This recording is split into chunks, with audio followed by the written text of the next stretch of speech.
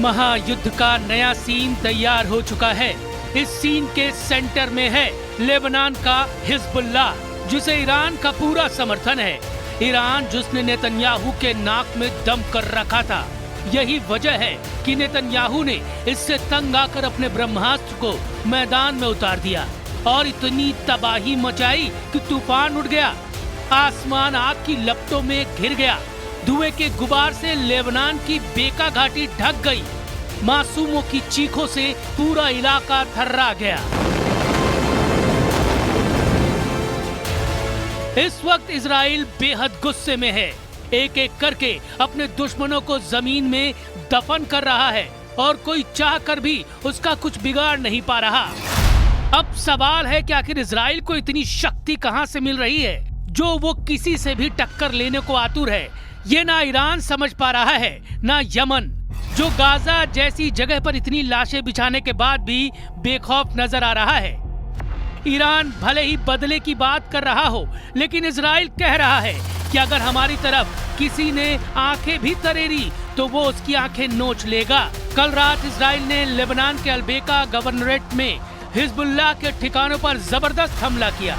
पूर्वी लेबनान में मिसाइलों से बमबारी की गई, जिसके बाद बड़े धमाके हुए और आग की ऊंची ऊंची लपटें देखने को मिली।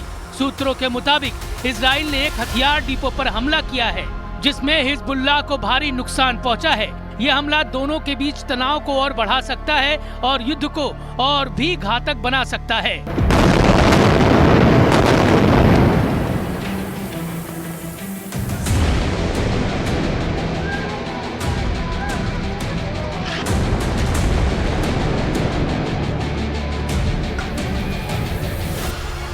इजराइल इस वक्त अपने दुश्मनों पर ट्रिपल अटैक के मूड में है। एक तरफ लेबनान है, जहां कल ही उसने तबाही मचाई है। दूसरी तरफ यमन है, जहां के हूती के साथ उसका संघर्ष जारी है। और तीसरा ईरान है, जो उसका सबसे कट्टर और सबसे बड़ा दुश्मन है। गाजा की तो तस्वीर ही इजराइल ने बदल कर रख दी है। गाजा की गलियां खून से सनी है। रफा वीरान खंडहर बन चुका है। यहाँ कदम कदम पर मौत खड़ी है। खाड़ी का कोई भी मुल्क, इजराइल का कोई भी दुश्मन कहीं भी सलामत नहीं है। इजराइल पहले दुश्मन को मारता है, दुश्मन की मौत की तस्दीक करता है, फिर पूरी दुनिया को दुश्मन के खात्मे की इत्तला कर देता है। लेबनान के स्वास्थ्य मंत्रालय के मुताबिक कल लेबनान में इजराइल के हमले में 8 लोग जख्मी हुए हैं, जिसमें 6 लेबनानी हैं, वहीं 2 सीरियाई बच्चे हैं। इस वक्त लेबनान इजराइल के बॉर्डर पर जंग के हालात बने हुए हैं। अब हिजबुल्लाह ईरान को लेकर एक रिपोर्ट है। पश्चिमी मीडिया में इसे इंटेलिजेंस रिपोर्ट कहा जा रहा है, जिसके मुताबिक ईरान के अंदर ट्रेनिंग लेकर हिजबुल्लाह एक बहुत ही बड़े हमले की तैयारी कर रहा है, क्योंकि 7 अक्टूबर को हमास के हमले के बाद बदले की जिस आग में इजराइल जल रहा है, उसी बदले की आग में अब ईरान जल रहा है।